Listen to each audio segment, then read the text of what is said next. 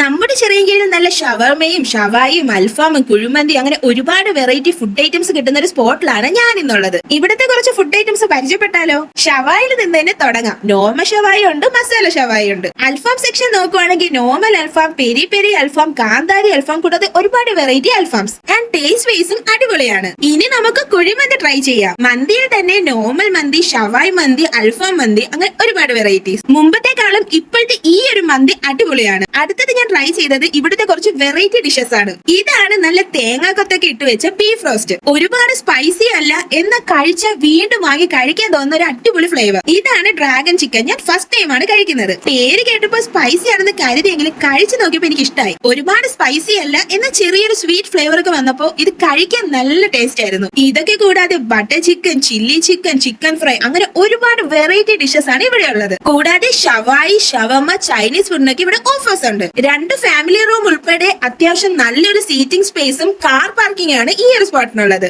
അപ്പൊ ലൊക്കേഷൻ വരുന്നത് ചിറയൻകീഴ് മഞ്ചാടിമൂട് റെയിൽവേ ഗേറ്റിന് അടുത്തായുള്ള മഞ്ചാടി റെസ്റ്റോറന്റ്.